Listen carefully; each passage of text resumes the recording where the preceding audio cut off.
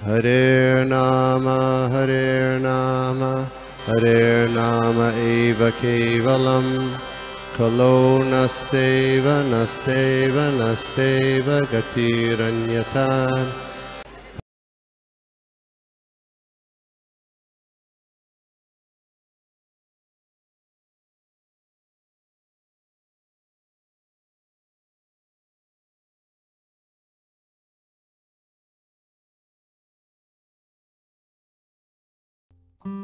हरे कृष्णा प्रभु जी, हरे कृष्णा, दंडवत प्रणाम सभी को। तो सभी का स्वागत है आज के साधु संघ में पहले तो। और आज हम चर्चा करेंगे श्रीमद् भागवतम के तीसरे स्कंद के 15वें अध्याय के 45वें श्लोक के पहले 3 पैराग्राफ तात्पर्य के। ऐसे तो मेरी कोई योग्यता नहीं है कि मैं आप सब वरिष्ठ भक्तों के सामने कुछ भी कह सकूं, पर मेरे गुरु महाराज की प्रसन्नता के लिए और अपनी खुद की शुद्धता के लिए मैं एक प्रयास करना चाहती हूँ और इसलिए आप सबसे आशीर्वाद मांगते हुए ओपनिंग प्रेयर से शुरू करते हैं। ओम नमो भगवते वासुदेवाय, ओम नमो भगवते वासुदेवाय, ओम नमो भगवते वासुदेवाय। नारायणं नमस्कृत्य नरं चैव नरोत्तमं देवीं सरस्वतीं व्यासं ततो जयमुदीरयेत्। नष्टप्रायेष्वभद्रेषु नित्यं भागवत सेवया भगवती उत्तम श्लोके मुक्तिर्भवति नैष्टिकी। नमः ओम विष्णुपदाय कृष्णपृष्ठाय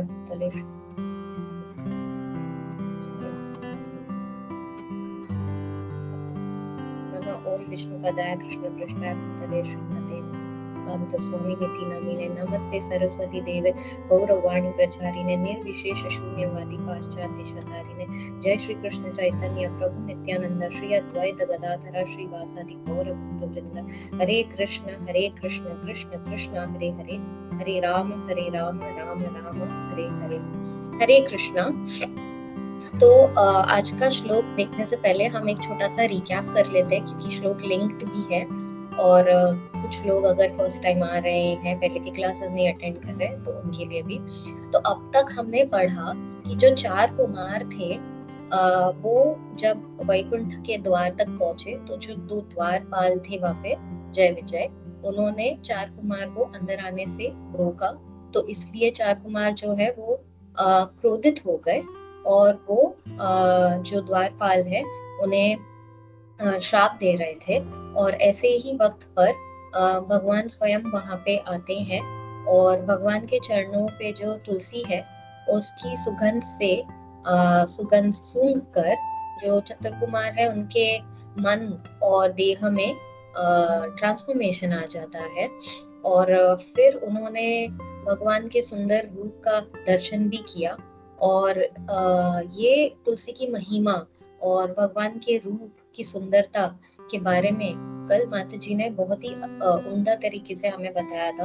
और जब भगवान के रूप के बारे में बता रही थी तो तभी वो बहुत ही क्या बोलते, स्माइलिंग फेस था उनका, जैसे वो एक्चुअली इमेजिन देख के बता रही हैं, ऐसा था। तो देखते हैं आज का श्लोक और ये रिलेट करते कि ऐसा क्यों। तो 3:15:45 श्रीमद् भागवतम। पुंसां गतिं मृगयताम् इह योगमार्गैर् ध्यानास्पदं बहुमतं नयनाभिरामम् कंसनं वपुर्दर्शयानम् अनन्यसिद्धैर् औत्पत्तिकैः समगृणन् युतमष्टभोगैः। Translation.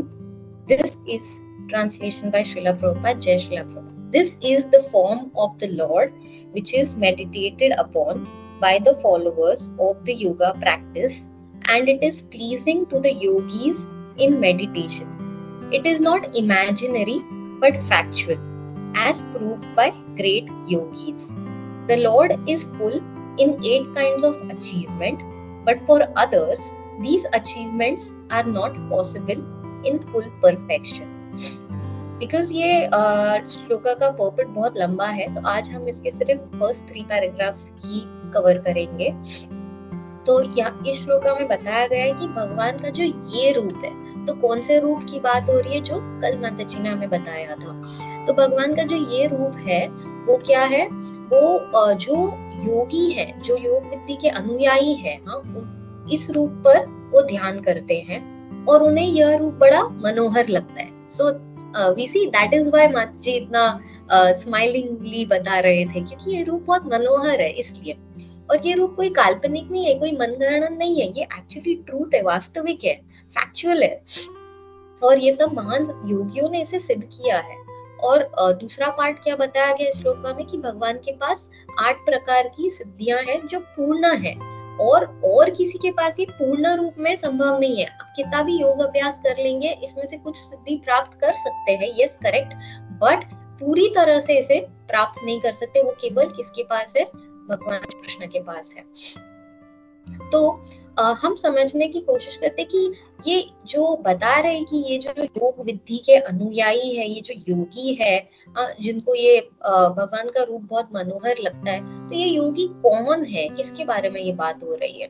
तो उसका आंसर बताया गया है भगवत गीता के 6 अध्याय के 8वें श्लोक में। उसमें बताया गया है, ज्ञान विज्ञान तृप्तात्मा कूटस्थो विजितेन्द्रियः युक्त इति उच्यते योगी समलोष्ट्राश्म कांचनः। वह व्यक्ति आत्म साक्षात्कार को प्राप्त तथा योगी कहलाता है जो अपने अर्जित ज्ञान तथा अनुभूति से पूर्णतः संतुष्ट रहता है। ऐसा व्यक्ति अध्यात्म को प्राप्त तथा जितेंद्र कहलाता है। वह सभी वस्तुओं को, चाहे वे कंकड़ हो, पत्थर हो या सोना, एक समान दिखता है। तो यहाँ पे जो योगी है, जो योग का अभ्यास कर रहे हैं, ऐसे लोगों के कुछ कैरेक्टरिस्टिक्स, कुछ गुण बताए गए। तो कौन से 4 गुण बताए गए यहाँ पे? पहला तो कि क्या बताया गया कि वो पूर्णतः संतुष्ट रहता है, इज फुल्ली सेटिस्फाइड। फिर दूसरा बताया गया कि वो अध्यात्म को प्राप्त कर लेता है, यानी कि उसे जो 3 गुण है, मोड्स ऑफ मटेरियल नेचर है, उसका प्रभाव नहीं होता है। और मोस्ट इम्पोर्टेंट पॉइंट, जितेंद्रिय, जिसने अपनी इंद्रियों को काबू में कर लिया, वश में कर लिया है, तो वो सेल्फ कंट्रोल्ड है। और वो सामदर्शना है, यानी कि कोई मूल्यवान चीज हो या अमूल्यवान चीज हो, जैसे पत्थर, कंकड़ हो, सोना हो, कोई प्रेशियस मेटल्स हो, वो सबको एक समान मानता है। इक्वानिमस विजन जिसे इंग्लिश में कहते हैं। तो आज के जो श्लोक है उसके जो तात्पर्य है, उसमें से एक लाइन है जो प्रभुपाद यहाँ पे बता रहे हैं कि the yoga system as described in Srimad Bhagavatam and Bhagavad Gita or as recommended in the Patanjali yoga process is different from the nowadays practice hatha yoga as it is generally understood in the western countries। तो यहाँ प्रभुपाद ये बता रहे हैं कि actually जो योगा विधि जो श्रीमद् भागवतम में या भगवद गीता में या इवन पतंजलि के सूत्रों में जो बताई गई है, वो जो योगा विधि है, और आजकल जो हठ योगा का प्रैक्टिस हो रहा है स्पेशली पाश्चात्य देशों में, उसमें बहुत ही ज्यादा अंतर है, वो काफी अलग है, एब्सोल्युटली 180 डिग्री डिफरेंट है। और ये कैसे अंतर है, क्या अंतर है, ये हम देखते हैं कि आजकल जो योगी है या जो योगा इंस्टीट्यूट्स हैं, उस सब का परम ध्येय लक्ष्य क्या है? फर्स्ट थिंग, मोस्ट इंपॉर्टेंट, क्यों ये कर रहे हैं कि फर्स्ट चीज है पैसा कमाने के लिए, उनको पैसे का लाभ करना है, all they want is profit. ये कोई रियल योगा नहीं है। या दूसरी चीज, अगर योगा इंस्टीट्यूट नहीं है, मान लीजिए कोई इंडिविजुअल योगी है जो बहुत प्रैक्टिस कर रहा है, वो दूसरों को नहीं सिखा रहा बट खुद के लिए प्रैक्टिस कर रहा है, बट वो क्यों कर रहा है ये योग अभ्यास? क्योंकि उसको कोई प्रकार की सिद्धि प्राप्त करनी है, उसको बहुत पावरफुल बनना है। तो हमने देखा 8 सिद्धि है जो योगा अभ्यास से प्राप्त कर सकते हैं, जो भगवान योग अभ्यास करने से इसमें से कुछ मिल सकती है, बट संपूर्ण तरीके से नहीं मिल सकती है। वो 8 सिद्धि, अनिमा यानी कि आप इतने छोटे हो सकते हो, अपने शरीर को एकदम छोटे से छोटा बना सकते हो, एकदम अणु के साइज का, like size of an atom, इतना छोटा। ये हमने देखा था कि जब भगवान श्री कृष्ण उत्तरा के गर्भ में गए थे तो तभी वो एकदम छोटे बन गए थे। फिर महिमा यानी आप अपने आप को बड़े से बड़ा बना सकते हो, तो हमने बलि महाराज के केस में देखा था। फिर बाद में गरिमा यानी कि जब आप अपने देह को इतना हैवी, एकदम भारी बना सकते हो, और उसका ऑपोजिट है लघिमा, जब आप एकदम वायु जितने हल्के हो सकते हो, एक फेदर जितना, lighter than a feather wait बोलते हैं जिसे, तो वो कर सकते हो। फिर प्राप्ति होता है, प्राप्ति यानी कि आप जो मर्जी, जो सोचते हो, आपको वो चीज मिल जाती है, आप वो चीज को प्राप्त कर सकते हो। प्रकम्या है, यानी कि आप जहाँ मर्जी वहां जा सकते हो। जैसे नारद मुनि है, चतुर कुमार है, वो भी जा सकते थे, उन्होंने भी बहुत मेडिटेशन किया था, योग अभ्यास किया था। ईशत्व है कि जब आपके पास एक ऐसी सिद्धि प्राप्त कर ली है जहाँ से आप इवन नेचुरल फोर्सेस को कंट्रोल कर सकते हो। और लास्ट में वशित्व है कि जिससे आप किसी और पे कुछ यहाँ बैठ के किसी और पे प्रभाव कर सकते हो किसी भी फॉर्म का।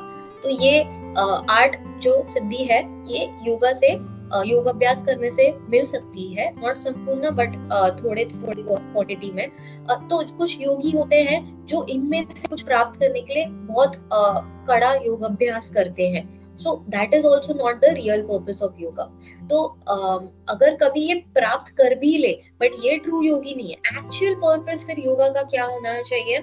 जो रियल योगी है वो क्या सोचता है? वो सोचता है कि मैं ये योग अभ्यास इसलिए करना चाहता हूँ क्योंकि मैं अपने आप को शुद्ध करना चाहता हूँ, मैं अपनी चेतना को, अपने मन, अपने इंद्रिय, अपनी आत्मा को शुद्ध करना चाहता हूँ, इसलिए वो किसी भी प्रकार का योग अभ्यास करता है। तो ऐसा रियल योगी जो है वो कैसे बन सकते हैं? How become this kind of a true real yogi?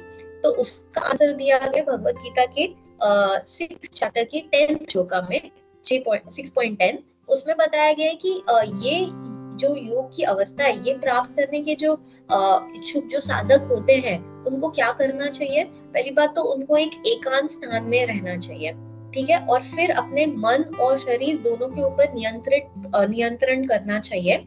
और फिर ये करने के बाद निरंतर भगवान के चिंतन में लीन रहना चाहिए। और लास्टली ये बताया गया कि उनको समस्त कामनाओं और सुखों से मुक्त रहना चाहिए, यानी कि they should be free from all material desires and feelings of possessiveness. Material desire से फ्री रहना चाहिए। हमने फर्स्ट पार्ट में देखा कि जो पैसे के लिए या कोई सिद्धि प्राप्त करने के लिए योगा करते हैं वो रियल योगी नहीं है। फीलिंग ऑफ पॉसेसिवनेस, इससे कैसे फ्री करना है और क्यों? क्योंकि अगर आपकी फीलिंग ऑफ पॉसेसिवनेस नहीं होगी तो ही तो आप चाहे पत्थर हो या सोना हो उसमें इक्वानिमस विजन एक दृष्टि से उसे देख पाएंगे ना। कैसे?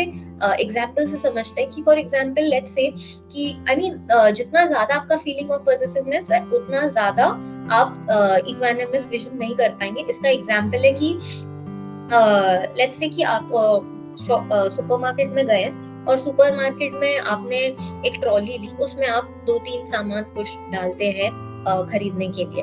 अब वो ट्रॉली में सामान पड़ा है और अभी तक बिलिंग नहीं हुआ है और वो ट्रॉली मान लीजिए गुम हो गई है, उसमें से 1-2 सामान कोई लेके चला गया और आप यहाँ वहाँ नहीं देख रहे थे और कोई चला गया लेके। तो आप देखा अरे ट्रॉली में से कुछ सामान मिसिंग है या ट्रॉली नहीं है, तो उतना बुरा नहीं लगेगा। रैदर कि अगर आपने बिलिंग कर लिया और फिर आप ट्रॉली बाहर लेके गए और उसमें से सामान अगर मिसिंग हो गया। क्यों? क्योंकि बिलिंग करने के बाद अब ये चीज मेरी हो गई, ये मेरा होने की जो भावना है, फीलिंग ऑफ पॉसेसिवनेस, वो आ गई और उसकी वजह से वो चीज आपके लिए ज्यादा मूल्यवान हो गई। पहले जब बिलिंग नहीं हुआ था वो मेरी नहीं थी अभी तक और इसलिए वो चली गई तो उससे बुरा नहीं लगा। सो द मोर कि we have this feeling of possessiveness, the more we attach value to the things, ठीक है। तो इसलिए हमें ये जो योगा अभ्यास करने वाले जो साधक है उनको क्या होना चाहिए? किससे मुक्त होना चाहिए? समस्त कामनाओं से भी मुक्त होना चाहिए और ये फीलिंग ऑफ पॉसेसिवनेस से भी मुक्त होना चाहिए। और क्या कहाँ जाके ये योग अभ्यास करना चाहिए? एक एकांत जगह में, सेक्लूडेड प्लेस में जाके योग अभ्यास करना चाहिए, ऐसा इस श्लोका में बताया गया था। और यहाँ पोपट में भी श्रीला प्रभुपाद बताते हैं कि जो एक योगी है वो मोस्टली हमेशा क्या है, अकेला रहता है, वो समाज से दूर रहता है। तो बताया गया कि अगर आप बहुत सारे लोगों के साथ में योग अभ्यास करने की कोशिश कर रहे हो, ध्यान लगाने की कोशिश कर रहे हो, तो ये ट्रू योगा नहीं है। एज पर भगवत गीता ये नहीं है। हम देखते हैं इंटरनेशनल योगा डे होता है, उसमें हजारों लोग एक साथ किसी स्टेडियम में या किसी बड़े से हॉल में योगा कर रहे हैं। ये आजकल ऐसा हो रहा है, इसलिए वो अंतर बता रहे हैं यहाँ पे। पर भगवत गीता के अनुसार ये ट्रू योगा नहीं है। आज भी भारत में ऐसे है जो बहुत सारे योगी है जो काफी सालों तक एकांत में रहते हैं और अपना योग अभ्यास करते हैं और फिर बहुत साल बाद या तो कुंभ मेला में या हर 10 साल में या 12 साल में एक बार एक जगह इलाहाबाद, प्रयागराज, कहीं पे भी एक साथ आते हैं और फिर एक मिलते हैं, और बाकी पार्ट ऑफ द ईयर्स वो एकांत में रहते हैं, चाहे वो जंगल में अपना योग अभ्यास करते हैं या फिर किसी पहाड़ों में जाके अपना योग अभ्यास करते हैं। तो ऐसा आज भी हम देखते हैं। और वैसे ही हम देखते हैं कि जैसे अमेरिका में जो बिजनेस कन्वेंशंस होते हैं, बहुत सारे बिजनेसमैन एक साथ आते हैं एक दूसरे से मिलने के लिए, तो वैसे ही ये योगी आते हैं वंस इन अ वाइल एक साथ मिलने के लिए और अपने एक्सचेंजेस करने के लिए, but most the part of the time वो लोग एकांत में अपना योग अभ्यास करते हैं। So that is the correct way of doing it. तो समाज से दूर रहना है, और जब ये वो करते हैं तो वो उनको अकेला नहीं लगता है। तो वो अकेला नहीं फील करते इतना समाज से दूर रहने के बावजूद भी, क्योंकि उनको पता है कि उनके साथ कौन है, परमात्मा है, जो हर एक जीव में है परमात्मा, वो उनको पता है, उन्होंने ये साक्षात्कार किया हुआ है, इसलिए उनको ये अकेलापन नहीं लगता है। और नॉर्मली भगवान हमें ये भी बता रहे हैं इस चैप्टर में कि जब योग अभ्यास के लिए बैठते हैं तो वो एक टाइगर स्किन या डियर स्किन पे का बिछा के फिर उसके ऊपर बैठते हैं। अब ये क्यों करना चाहिए, क्योंकि कोई सांप आ जाएगा, कोई प्राणी, कोई रेप्टाइल आ जाएगा, तो उससे ये स्किन रहेगा तो उन लोग नहीं आएंगे और डिस्टर्ब करेंगे आप के योग अभ्यास में। इसलिए ये बताया गया है, ये विधि बताई गई है। और हर जैसे कि नेचर में हर चीज का कुछ ना कुछ प्रयोग है, तो इसलिए ऐसा बनाया गया है। तो हम सोचेंगे कि अगर आज की तारीख में हमें कहीं पे भी दूर एकांत जगह पे जाके योग अभ्यास करना है, या किसी भी चीज के लिए अकेले एकदम एकांत जगह पे जाना है, पढ़ाई करने के लिए, चैंटिंग करने के लिए, हम अभी ऑफिस के बाद नीचे एक अकेले की जगह ढूंढने की कोशिश करते हैं, कितना डिफिकल्ट है, नहीं मिलता, हमेशा कोई ना कोई आता रहता है, और कोई नहीं तो फिर हमारा मोबाइल ही है, वो साथ में रहता है। तो कलयुग में it is actually almost impossible कि हमें अकेला रहने का अवसर मिल पाए। और फिर मान लेते हैं कि एक अकेले ऐसे एकांत कोई जगह मिल गई, ठीक है, और वहां पे हमने योग अभ्यास करना शुरू किया, तो उसमें फिर नेक्स्ट इन्होंने क्या बताया कि क्या करना चाहिए, किस तरीके से, कि पहले तो अपने मन और अपनी इंद्रियों पर नियंत्रण करना चाहिए। सो पहले सेक्लूडेड प्लेस मिला, अब control of mind and senses करना है। तो सेंसेस शांत करने के लिए ब्रह्मचारी होना पड़ेगा, और अपनी भूख प्यास ये सब पे कंट्रोल होना पड़ेगा, तो दैट इज सेंस कंट्रोल। और मन शांत करना है। Oh, this is a very difficult one, कि मन भी शांत करना है। अभी मन इतना विचलित है, इतनी सारी चीजें मन में चल रही रहती है, तो फिर हम ऐसे अगर इतनी सारी चीजें चल रही, तो उसमें हम ध्यान कैसे कर सकते, किसी भी चीज नहीं कर सकते, राइट। तो इसलिए मन का शांत होना बहुत जरूरी है। इसलिए 6.36 में भगवान बताते कि for one whose mind is unbridled, self realization is difficult book, कि अगर आपका मन विचलित है, हाँ, तो फिर आप आत्म साक्षात्कार नहीं कर सकते हैं। और हम ये एग्जाम्पल से समझ सकते हैं कि जैसे कि एक विचलित घोड़ा रहता है, ठीक है, जो नियंत्रण में नहीं है अभी, तो वो कैसे किसी भी डायरेक्शन में, किसी भी दिशा में जाता है, किसी भी स्पीड पे भागने लग जाता है। और अगर ऐसे घोड़े के ऊपर कोई सवार है, तो वो उसको भी हानि पहुंचा सकता है, वो घोड़े सवार को, कि वो भी गिर सकता है, उसको चोट आ सकती है। तो वैसे ही कि हमारा मन भी अगर नियंत्रण में नहीं है, तो वो हमारे लिए बहुत सारा हानि पहुंचा सकता है। तो इसलिए मन को भी पहले नियंत्रण में लाना पड़ेगा। ठीक है, अगर मान लो एक एकांत जगह भी मिल गई, इंद्रिय को भी नियंत्रण में कर लिया, मन को भी नियंत्रण में कर लिया, अब क्या नेक्स्ट स्टेप क्या करना है? नेक्स्ट स्टेप क्या करना है? ध्यान लगाना है। हाँ, बट बहुत इंपॉर्टेंट है कि ध्यान किसका लगाना है, क्योंकि कुछ लोग होते हैं वो बोलते हैं वॉइड, कुछ नहीं, खालीपन पे ध्यान करना है। या कुछ योगा इंस्टीट्यूट्स बताते हैं, या पे योगा करते हैं, उनको बोलते हैं लाइट है, एक दिया या कैंडल लगा के रखते हैं और बोलते हैं अभी इस पे ध्यान करो, लाइट पे। तो यहाँ पे इस श्लोका के, भागवतम के इस श्लोका जो आज हम डिस्कस कर रहे हैं, उसके परपेट में प्रभुपाद बता रहे हैं एक line, real yoga practice is to control the senses, and after such control is established, to concentrate the mind on the Narayan form of the Supreme Personality of Godhead Shri Krishna. तो हम ये जो this form, ये जो shloka start हुआ, यह रूप, भगवान का यह रूप, तो इस पे हमें ध्यान लगाना है, ना कि किसी खालीपन पे या किसी लाइट पे, ये सब पे नहीं करना है। बट यूजुअली वेस्टर्न वर्ल्ड में हम देखेंगे, पाश्चात्य देशों में जब योगा सिस्टम सिखाते हैं, योगा विधि बताते हैं, तो उन लोग नॉर्मली लाइट या वॉइड पे मेडिटेट करने के लिए बोलते हैं, और ये हमारे शास्त्रों में, वेदा में नहीं रेकमेंड किया हुआ है। वेदास के अकॉर्डिंग, भगवत गीता के अकॉर्डिंग क्या रेकमेंड किया है, किस पे हमें ध्यान लगाना है, भगवान श्री विष्णु के फॉर्म पे हमें ध्यान लगाना है। तो कभी कभी हमें बताया जाता है कि कोई योगा सोसाइटीज में हम देखते हैं कि पहले उन लोग बोलते हैं कि आलती पालती करके बैठना है, ओके वेरी गुड, फिर बोले एकदम स्ट्रेट बैठना है, पीठ स्ट्रेट होना चाहिए, spine erect, okay very good, फिर बोले कि ओके अभी अपना आंख बंद करके अभी खालीपन पे फोकस कीजिए। अब ये करने बोलेंगे तो उसमें से मैक्सिमम पीपल क्या हो जाते हैं, सो जाते हैं, नींद आ जाती है। ऑफ कोर्स नेचुरल है, अगर आप पूरी तरह से आंख बंद करो, आपको बोले किसी चीज पर भी ध्यान मत करो, तो नींद आना बहुत व्यवहारिक है, कस्टमरी है, ऐसा होगा ही। तो इसलिए भगवत गीता में भगवान बताते हैं कि हाफ आईज क्लोज्ड और हाफ आईज ओपन होनी चाहिए, और अपना जो नोज का टिप है उस पे गेज करना चाहिए, उस पे देखना चाहिए, उस पे फोकस करना चाहिए।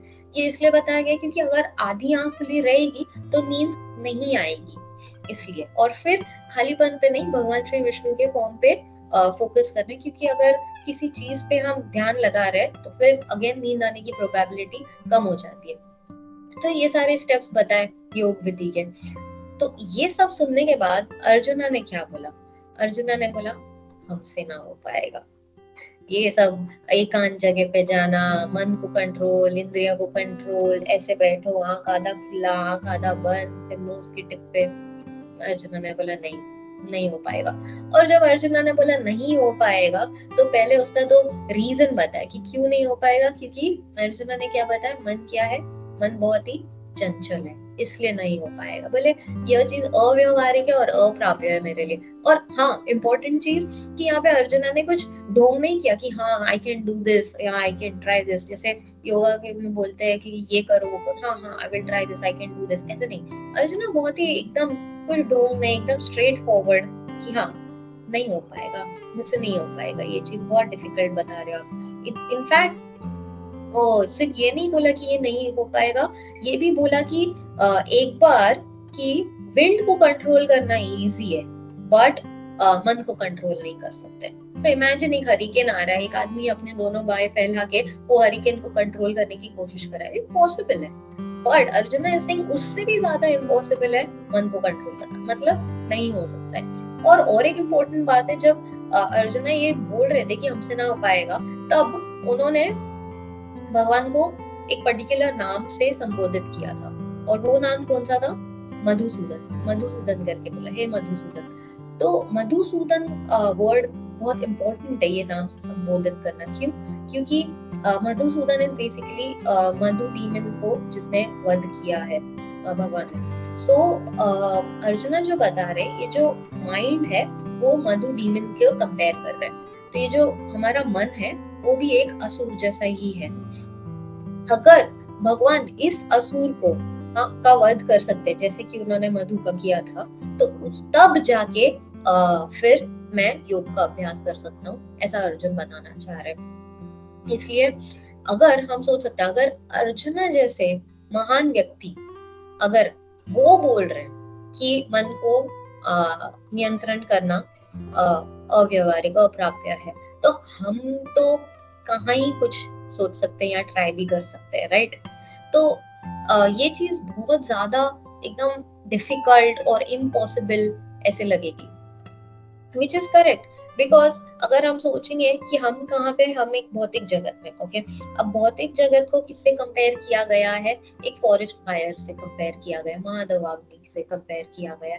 इमेजिन एक सिचुएशन है, आप एक फॉरेस्ट में जाते हो, ठीक है, और वहां अचानक से एक फॉरेस्ट फायर स्टार्ट हो जाता है। आप कितना भी पानी डाल दो, कितने भी फायर ब्रिगेड आ जाए, वो फॉरेस्ट फायर को कंट्रोल नहीं कर सकता है, उसको और इतना फास्ट वो स्प्रेड होने लग जाता है, क्योंकि एक के बाद दूसरे तीसरे ट्रीज में ऐसे आग कंटिन्यूस लगने लग जाती है। इवन जो एनिमल्स और बर्ड्स है वो भागने लग जाते हैं। पूरा पूरा जो एनवायरनमेंट है वो कितना एंजाइटी वाला एनवायरनमेंट है। हाँ, सब जगह पैनिक है, सब जगह एंजाइटी है, और हम ऐसी जगह पे रह रहे हैं। तो ऑब्वियसली ऐसे में हमारा मन विचलित ही रहेगा ना। ऐसे एनवायरनमेंट में अगर बोलेंगे कि मन को शांत करो, तो इट्स वेरी डिफिकल्ट, इम्पॉसिबल है ये चीज। और हमारा मन हमें बताता है कि चलो अगर हम ये कर रहे हैं, अभी हम अशांत है, ठीक है, हम नेक्स्ट यहाँ जाएंगे तो शायद हमें उससे खुशी मिलेगी। बोले ये जॉब नहीं तो दूसरी जॉब, या फिर ये जॉब में अगर प्रमोशन मिलेगा तब, अच्छा शादी हो जाएगी तब, अच्छा बच्चे हो जाएंगे तब, अच्छा ये कंट्री छोड़ के चले जाएंगे, वो कंट्री में बेटर रहेगा। ऐसे करके हमें होप हमेशा जो रहता है, ये मन है ना जो बता रहा है कि यहाँ विचलित है, यहाँ शांत हो जाएगा, ये सर्कमस्टेंस, कोई सिचुएशन चेंज करने से मन शांत हो जाएगा। दैट इज एन इल्यूजन, वो होना नहीं है, ठीक है। क्यों नहीं होना ये चीज? क्योंकि दुःखालयम शाश्वत, जो मैन्युफैक्चरर ऑफ दिस वर्ल्ड है वो बना रहा है। जो मैन्युफैक्चरर है किसी भी एक प्रोडक्ट है, कोई भी इक्विपमेंट है, उसका जो मैन्युफैक्चरर है वो सबसे बेस्ट बता सकता है ना इस प्रोडक्ट के बारे में। तो ये पूरे भौतिक जगत का जो मैन्युफैक्चरर है वो उसको दुःखालयम शाश्वतम बोल रहा है, a place of misery and temporary. तो फिर हम कैसे सोच सकते हैं कि हम यहाँ से वहां करेंगे या यहाँ से वहां कुछ चेंजेस करेंगे तो उससे हमारा मन शांत हो जाएगा? नहीं होने वाला है। सो ये सब इल्यूजन है। तो फिर अभी इसलिए अर्जुना बहुत करेक्टली बोल रहे कि ये नहीं हो सकता है। तो इसके रिप्लाई में कृष्णा एक हैक बता रहे हैं हमें, सीक्रेट हैक बता रहे हैं। तो बोल रहे हैं कि Krishna is also agreeing, Krishna भी बोल रहे कि हाँ आई अग्री कि Arjuna whatever you are saying कि मन बहुत चंचल है और उसको कंट्रोल करने से भी डिफिकल्ट है। ही नॉट सेइंग नहीं you can do this, saying cut agree, but वो एक मिडवे सॉल्यूशन बता रहे हैं। तो क्या मिडवे सॉल्यूशन बता रहे हैं?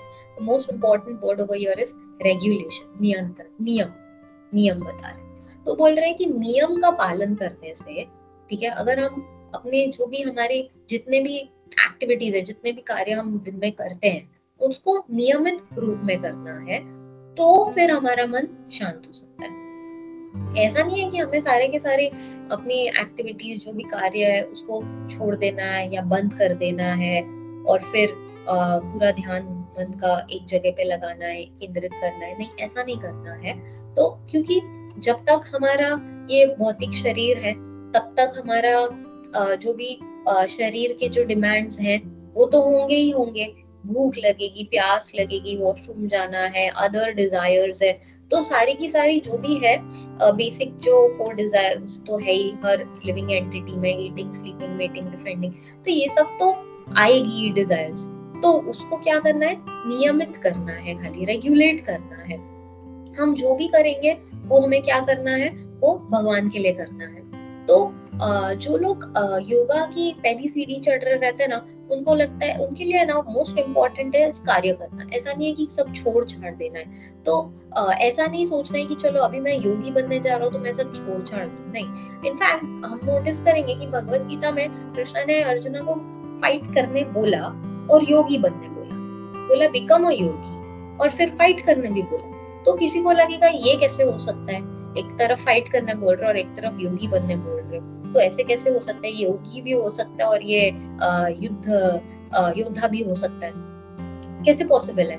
हाँ, कोई ये सोच सकता है कि एक वॉर में हो और योगी बन जाओ, कैसे पॉसिबल है?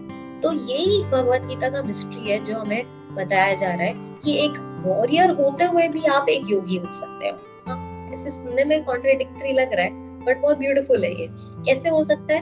कृष्ण भावनामृत में, कैसे? कृष्णा कॉन्शियसनेस में आप फाइट भी कर रहे हो, कृष्णा के लिए करो। आप काम भी कर रहे हैं, कृष्णा के लिए कर रहे हैं। खा भी रहे हैं, कृष्णा के लिए कर रहे हैं। सो रहे हैं, कृष्णा के लिए कर रहे हैं। जो भी कर रहे हैं, जो भी एक्टिविटी आप कर रहे हो वो बस कृष्णा के लिए करो। ऐसा करते हुए आप एक हाईएस्ट योगी बन सकते हैं, और ये सीक्रेट भगवान बता रहे और सेम चीज प्रभुपाद इस पोपट में भी बता रहे। तो अगर एक योगी है जिसने बहुत क्या बोलते हैं परफेक्शन अचीव कर लिया, अब हम बोल रहे हैं नॉट वो अष्टसिद्धि जिसकी हमने बात की थी, बट रियल योगी का अचीवमेंट क्या हो सकता है, क्या क्या होगा, क्या ऐसे चेकलिस्ट होगी जो देखेंगे बोलेंगे कि हाँ ये बंदा है, इसको बोल सकते हैं कि इसने योग सिद्धि प्राप्त कर ली, जो ट्रू एम जो योगा का है, रियल योगा जो एज पर वेदा स्क्रिप्चर्स रेकमेंड किया वो वाले योगा का एक्चुअल परफेक्शन स्टेज क्या होगा, कौन से ऐसे साइंस होंगे जिससे हम बोल सकते हैं कि हाँ ये योगी है जिसने योगा का, रियल योगा का परफेक्शन प्राप्त कर लिया है। कौन कौन से ऐसे साइंस होते हैं वो देखते हैं। तो कृष्णा यहाँ पे बता रहे हैं कि when the yogi 6.18 when the yogi by practice of yoga disciplines his mental activities and becomes situated in transcendence devoid of all material desires, he is said to have attained yoga। जब योगी योग अभ्यास द्वारा अपने मानसिक कार्यकलापों को वश में कर लेता है और अध्यात्म में स्थित हो जाता है, अर्थात समस्त भौतिक इच्छाओं से रहित हो जाता है, तब वह योग में सुस्थिर कहा जाता है। तो यानी कि वो योगी है जिसने अपने मन को पूरी तरह से नियंत्रण में कर लिया है, उसको बोलेंगे वो योग में स्थिर है। कि यानी कि वो नहीं कि जो इंसान खुद अपने मन के हिसाब से चल रहा है, बट वो इंसान जिसका मन उसके हिसाब से चल रहा है, दैट इज रियल योगी जिसने योग सिद्धि प्राप्त कर लिया, उसको बोलेंगे। ऑफ कोर्स हमने ये देखा कि ये बहुत डिफिकल्ट है, हमने ये डिस्कस किया कि ये बहुत डिफिकल्ट है, बट अगेन हमने ये देखा कि ये कृष्ण भावनामृत में होने से ये चीज पॉसिबल हो सकती है। कैसे? बोलने में तो थियोरेटिकली, सुनने में तो अच्छा लग रहा है, ओके कृष्णा कॉन्शियस हो जाएंगे तो मन कंट्रोल में हो जाएगा, बट वो यहाँ के बोलेगा मैं तो 10 इयर्स से कृष्णा कॉन्शियसनेस प्रैक्टिस कर रहा हूँ, मेरा तो कोई मन कंट्रोल में नहीं है। आज भी मेरा मन करता है कि मुझे ये खाना है तो मैं गाड़ी लेके ड्राइव करके इतने माइल्स वो रेस्टोरेंट तक जाता हूँ। आज मेरा मन करता है कि चलो मुझे वो कंट्री घूमने जाना है तो मैं प्लेन की टिकट बुक करके उससे भी ज्यादा माइल्स ट्रैवल करके वहां घूमने चले जाता हूँ। आज मुझे मन हो रहा है कि मुझे उससे मिलने जाना है तो मैं इतने दूर चला जाता हूँ टाइम निकाल के। सो मेनी थिंग्स, मुझे मन कर रहा है मुझे गाड़ी लेनी है, उसके लिए मैं एक्स्ट्रा काम करने लग जाता हूँ। तो कैसे कैसे कर सकता है ये चीज? प्रैक्टिकली बताओ। ओके, तो हमने देखा कि हम जब मेडिटेशन में बैठते हैं, ठीक है, तो हम हार्डली फ्यू मिनट्स बैठ सकते हैं, नींद आ जाती है, ये हमने देखा था। बट यही हम जब कीर्तन में बैठते हैं तो हम आवर्स बैठ सकते हैं। लाइक फॉर एग्जांपल अभी ये फ्यू वीक्स बैक दुबई में कीर्तन रसा था, तो हम लोग continuous 3 days 13 hours minimum, at least 13 hours plus बैठते रहे थे, कुछ फर्क नहीं पड़ रहा था। और 3 days 13 आवर्स बैठने के बाद भी ऐसा लग रहा था कि और एक दिन होता तो और मजा आता, अरे ये खत्म क्यों हो गया, ऐसा।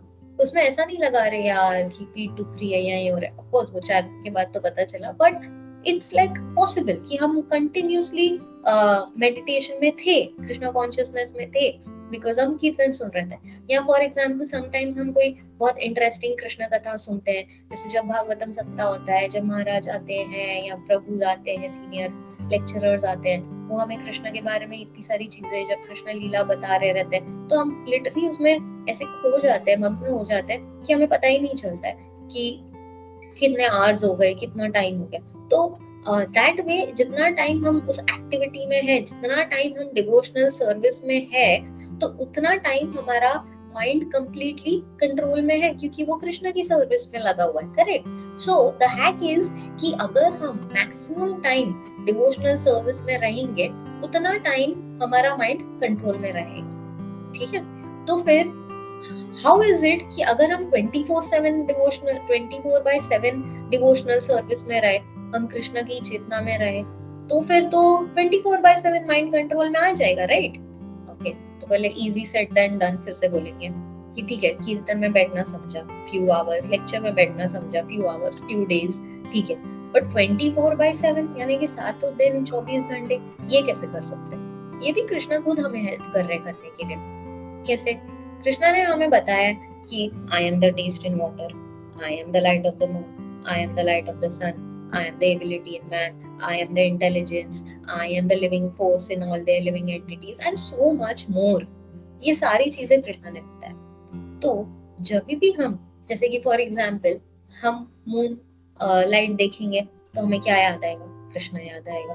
सनलाइट तो थ्रू आउट द डे होता है, वो देख के हमें क्या याद आएगा? कृष्ण याद आएगा। अगर कोई बहुत ही अमेजिंग कुछ फीट कर रहा है, कोई बहुत अमेजिंग चीज ऑफिस में भी काम करता है, किसी ने बहुत अच्छा प्रोजेक्ट किया है, तो हमें क्या याद आना चाहिए कि ओके ये स्किल, ये एबिलिटी, ये इंटेलिजेंस भी इसको कौन दे रहा है, कहाँ से आ रहा है, दैट इज उसका सोर्स क्या है? वो भी कृष्ण है। तो उसके बाद एनवी नहीं आएगी, उसके लिए इनफैक्ट क्या आएगा? उसके लिए हमें अप्रिसिएशन आएगा इस तरह से।